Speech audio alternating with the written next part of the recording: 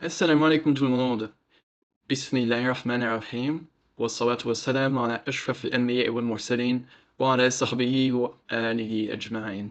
Amma ba'd. On continue nos cours sur la jurisprudence simplifiée, toujours dans la clarification. Et aujourd'hui, on va voir un chapitre qui est lié aux ablutions et qui concerne ce qu'on appelle l'essuyage sur les chaussons, le plâtre, le turban ou autre. Alors, on verra à ce sujet, cette question. Le jugement de l'essuyage, quelles sont les conditions qu'il faut remplir pour le faire? Quelles sont ses caractéristiques? Quelle est la durée pendant laquelle on peut faire l'essuyage? Qu'est-ce qui annule l'essuyage? Quand commence la durée d'essuyage? Et enfin, est-ce qu'on peut essuyer sur un plâtre, un turban ou un voile? Tout d'abord, très rapidement, quelle est la définition de ce qu'on appelle khouf en arabe?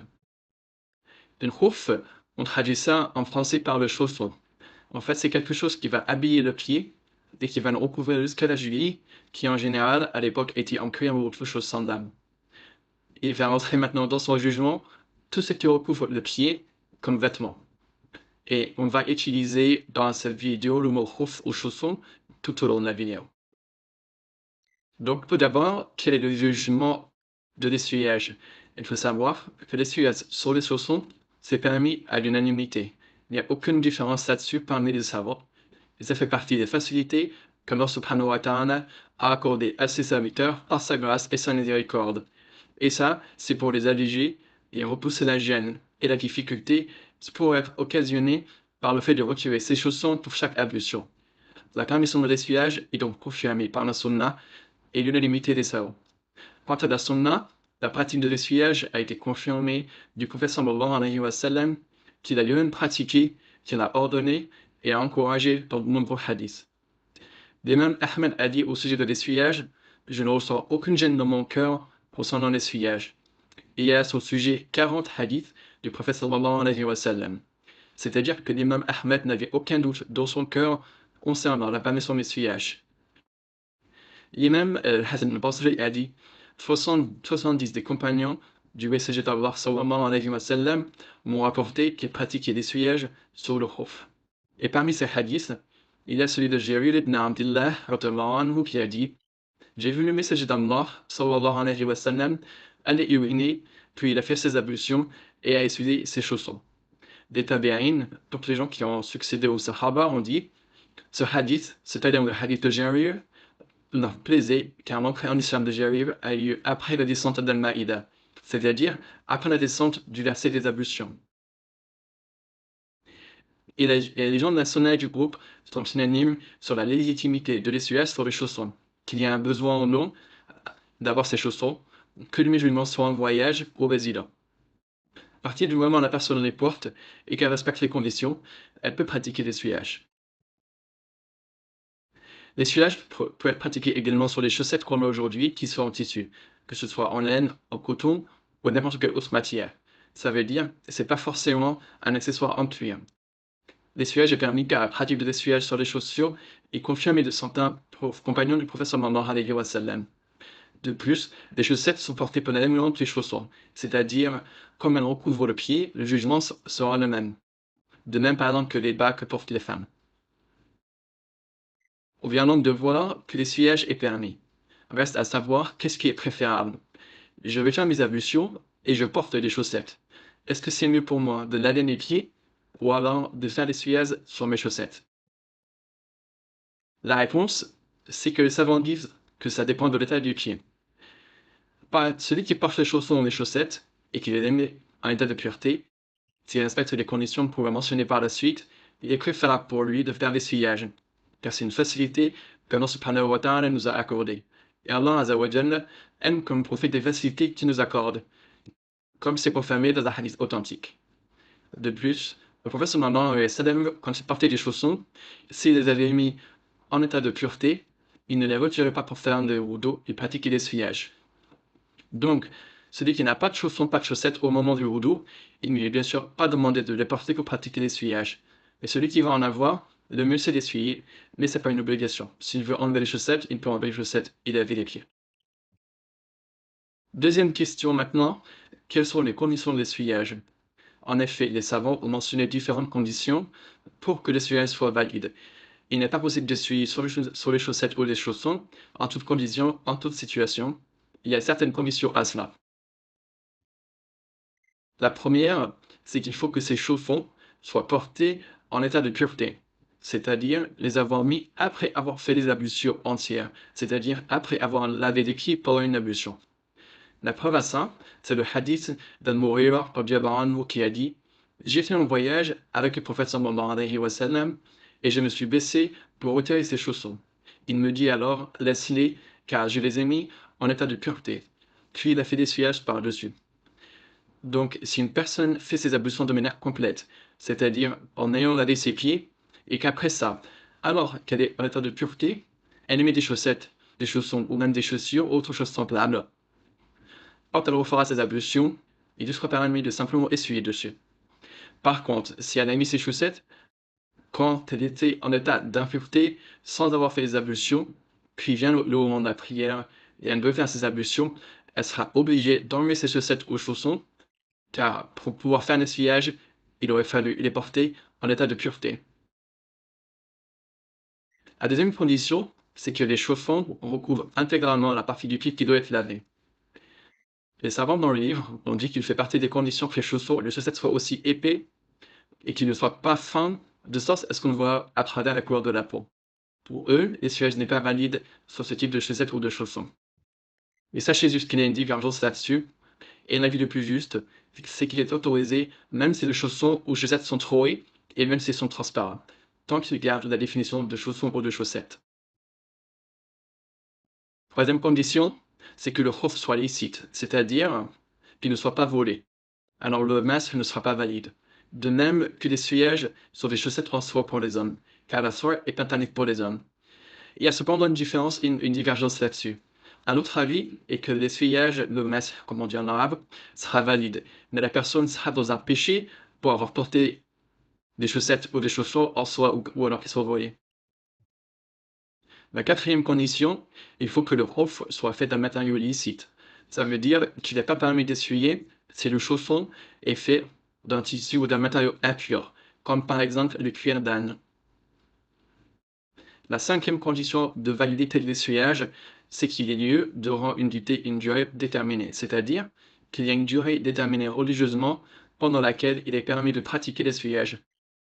Une fois que cette durée est terminée, l'essuyage n'est plus autorisé et la personne devra obligatoirement enlever ses chaussettes et ses chaussons et laver ses pieds lors du prochain ou lors des prochaines ablutions.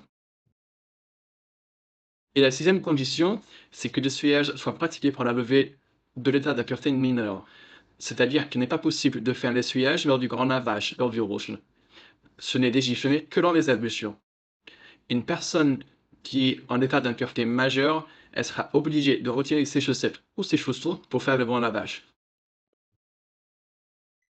Troisième question qu'on voit maintenant, c'est comment faire l'essuyage. Et pour essuyer le dessus des chaussons, c'est-à-dire qu'on passe les mains mouillées sur la partie supérieure du roof, et il n'est pas légiféré d'essuyer ni en dessous, ni sur les côtés, ni derrière. En effet, on l'a vu dans le hadith al-Mughira, il a dit, j'ai vu le professeur sallallahu alayhi wa sallam pratiquer l'essuyage sur les chaussons, sur la partie supérieure, la partie apparente. Et Ali radiallahu anhu a dit, si la religion était basée sur la logique, alors le dessous des chaussons serait plus à même d'être essuyé que le dessus. Mais j'ai certes vu le prophète sallallahu alayhi wa sallam essuyer le dessus des chaussons. Donc je répète, il n'est pas demandé d'essuyer ni le dessous ni derrière. Si une personne le fait, son nécessaire sera valide, c'est juste que c'est détestable et c'est contraire à la pratique du prophète sallallahu alayhi wa sallam. Et parmi les questions qui vont se poser, c'est est-ce que je le fais des deux mains en même temps? Ou alors, il est légiféré de commencer par la droite, puis par la gauche. La réponse à ça, c'est que certains savants ont dit que on commence tout d'abord à essuyer le pied droit avec la main droite et le pied gauche avec la main gauche. Mais l'autre avis, qui semble apparaître des textes et du prophète sallallahu alayhi wa sallam, comme il pratiquait son essuyage, il essuie les deux pieds en même temps. C'est-à-dire, on essuie le pied droit avec la main droite et le pied gauche avec la main gauche au même moment. Mais c'est pas grave, on peut faire les deux, il n'y a pas de problème là-dessus, Inch'Allah. La quatrième question, c'est quelle est la durée de l'essuiage? Cette durée, si la personne est résident, c'est-à-dire dans le pays, dans l'endroit où elle vit, c'est une journée, c'est-à-dire 24 heures. Si la personne est en voyage, elle a droit à 3 jours et 3 nuits, c'est-à-dire 72 heures. La preuve à ça, c'est le hadith de Ali radiallahu anhu qui a dit: le messager d'Allah sallallahu alayhi wa sallam a accordé 3 jours et 3 nuits aux voyageurs et 1 jour et une nuit pour le résident. Cinquième question maintenant, qu'est-ce qui annule l'essuyage? Et on va entendre par là les choses qui, une fois qu'elles se produisent, vont empêcher de faire à nouveau l'essuyage. C'est-à-dire, lorsque ces choses se produisent, les ablutions ne sont pas forcément annulées. Par contre, ce que je ne pourrais pas faire, c'est refaire un essuyage après, lors de mes prochaines ablutions. Il faudra attendre que je l'applique. Donc, premièrement, parmi les choses qui empêchent de refaire l'essuyage, qui vont l'annuler, c'est tout ce qui va obliger le ghusl, le grand lavage. En effet, dans le hadith de Safwan ibn Assal, le prophète sallallahu alayhi wa sallam a ordonné de ne pas retirer leurs chaussons durant 3 jours et 3 nuits, sauf en cas de janaba, donc en état de grande impureté. En conséquence, si une personne se retrouve en état de janaba ou dans une situation où elle doit refaire le ghusl, elle sera obligée de retirer ses chaussons ou ses chaussettes pour faire le lavage. Deuxième chose qui empêche de refaire l'essuyage, c'est de faire paraître une partie du pied qui est censée être recouverte. Maintenant, troisième chose qui annule l'essuyage, c'est le fait de retirer les chaussons. Et en enlever un, c'est comme enlever les deux. Par exemple, une personne fait ses ablutions en pratiquant l'essuyage, puis ensuite, pour une raison X, elle retire ses chaussettes. Quand par la suite, elle va remettre ses chaussettes, puis elle va refaire les ablutions à la suite de ça, elle sera obligée de retirer ses chaussettes lors des prochaines ablutions. Pourquoi? Car elle a retiré ses chaussettes après avoir fait l'essuyage. Enfin, quatrième chose qui empêche de refaire le masque, c'est-à-dire l'essuyage, c'est la fin des temps durant lequel il est légiféré.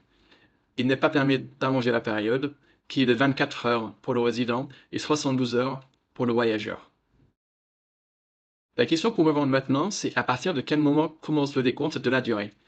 Est-ce que le décompte commence quand j'enfile les chaussons? Est-ce qu'il commence quand je garde les ablutions? Est-ce qu'il commence quand je fais le premier essuyage? Il y a plusieurs avis là-dessus.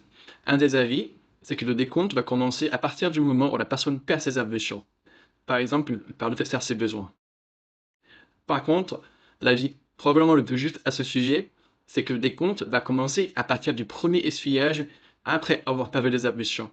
Par exemple, si une personne fait ses ablutions au moment de la prière de Fajr, puis elle met ses chaussettes, ensuite elle ne perd ses ablutions qu'au moment de la prière de l'Asr. Donc, pour la prière d'errance, elle mettra ses ablutions en faisant l'essuyage. À partir de cet essuyage, on commencera le décompte de 24 heures pour un résident ou 70 heures pour le voyageur.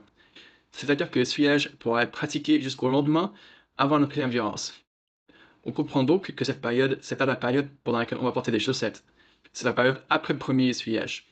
Même si la personne garde ses chaussettes une journée complète avant de perdre des ablutions, et elle pratique l'essuyage, cette journée ne sera pas décomptée, car le décompte commence uniquement par cette premier essuyage. Maintenant, on va voir quelques questions. Si une personne est en voyage et qu'elle pratique l'essuyage pendant une durée complète, c'est-à-dire pendant plus de 24 heures, et que pendant le deuxième ou troisième jour, après le premier essuyage, elle rentre de voyage et se retrouve résidente, est-ce qu'il est permis de continuer l'essuyage jusqu'à la fin des 72 heures, ou alors elle doit impérativement enlever ses chaussons car elle est devenue résidente? La réponse, c'est qu'à partir du moment où elle est résidente, l'essuyage s'arrête et il est obligatoire pour elle de prendre en compte la durée déterminée pour un résident. Donc, si elle a dépassé les 24 heures, elle devra enlever ses chaussons, son khuf, et laver ses pieds. Une autre question. Si une personne a des chaussettes et par-dessus les chaussettes des chaussons, elle fait l'essuyage, le masque sur lequel? La réponse, ce n'est qu'un nœud. Par contre, la durée, le décompte, lui, il va commencer en lien avec le plus profond, c'est-à-dire celui qui est mis au plus proche de la peau, en général des chaussettes. Autre question qu'on peut se poser. Une personne a porté des chaussons sur des chaussettes, bien sûr, c'est surtout quand il fait froid.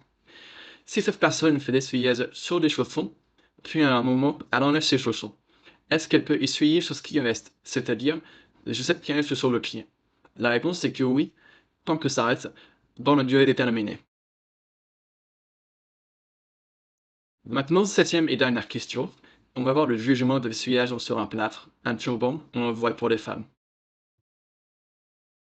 Bon, tout d'abord, concernant le plâtre ou les bandages et les pansements suite à une fracture ou une blessure. Les savants ont mentionné de légiférer lors des ablutions de pratiquer l'essuyage sur le plâtre ou ce pansement au moment du lavage du membre sur lequel il se trouve, à condition que celui-ci ne dépasse pas ce qui est nécessaire d'être couvert. Par exemple, si une personne a une coupure à un doigt et qu'elle a besoin de mettre un bandage dessus, elle va mettre le bandage sur la coupure et autour de ce qui est nécessaire. Dans ce cas, l'essuyage sera valide. Mais supposons que pour cette coupure au doigt, elle recouvre toute sa main. Dans ce cas, l'essuyage ne sera pas validé sur tout le bandage. L'essuyage devra être fait uniquement sur le membre qui doit forcément être recouvert. L'essuyage sur le plâtre, il est permis pour l'état d'impureté majeure, tout comme pour l'état d'impureté mineure, contrairement à l'essuyage sur les chaussons. De plus, il n'est pas de durée déterminée, la durée ayant été déterminée par le besoin. Tant que le besoin est présent, le besoin de porter ce bandage ou ce plâtre est présent, alors l'essuyage est permis.